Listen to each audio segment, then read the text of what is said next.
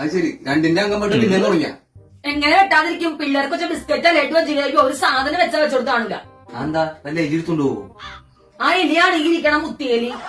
എന്റെ പൊന്നമ്മച്ചി, അമ്മച്ചിക്ക് മധുരം പറ്റൂലെന്ന് അറിയാൻ പാടില്ലേ? വലുത് മങ്ങ് വയ്ക്കാൻ ഞാൻ ആര് നോക്കാനാ?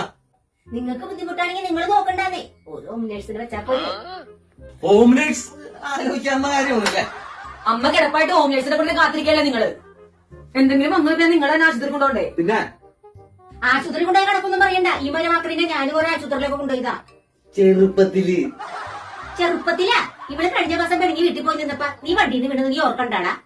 വണ്ടിന്ന് വീണതോടെ മിണ്ടി പോരുത്. അന്ന് മിണ്ടിയാല് ആ കറുത്തതിന് എനിക്ക് ഓർക്കണ ഇഷ്ടമല്ല. അന്ന് വണ്ടിന്ന് വീണ ഇവന്റെ പുറകയിലിരുന്നവളെ ഞാനാണ് ആശുപത്രി. അമ്മ പുറകയിൽ ഇരുന്നവൾ അല്ല, ഈ അവൻ എന്റെ പൊന്നെ പ്രശ്നത്തിൽ മാത്രമല്ല, നല്ല ഓർമ്മ. അപ്പുറത്തെ വീട്ടിലെ സുജാത എന്നാണ് അവനായത്.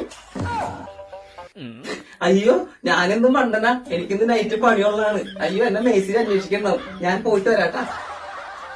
നിങ്ങൾക്കുള്ള പണിയെ ഞാൻ തരാട്ടോ. അമ്മച്ചി റെഡിയാനിരുന്നോ? ഞാനിപ്പ വരാം. എന്തിനാ മോനെ? എന്നൊന്ന് ആശുപത്രി കൊണ്ടുപോകാനാ.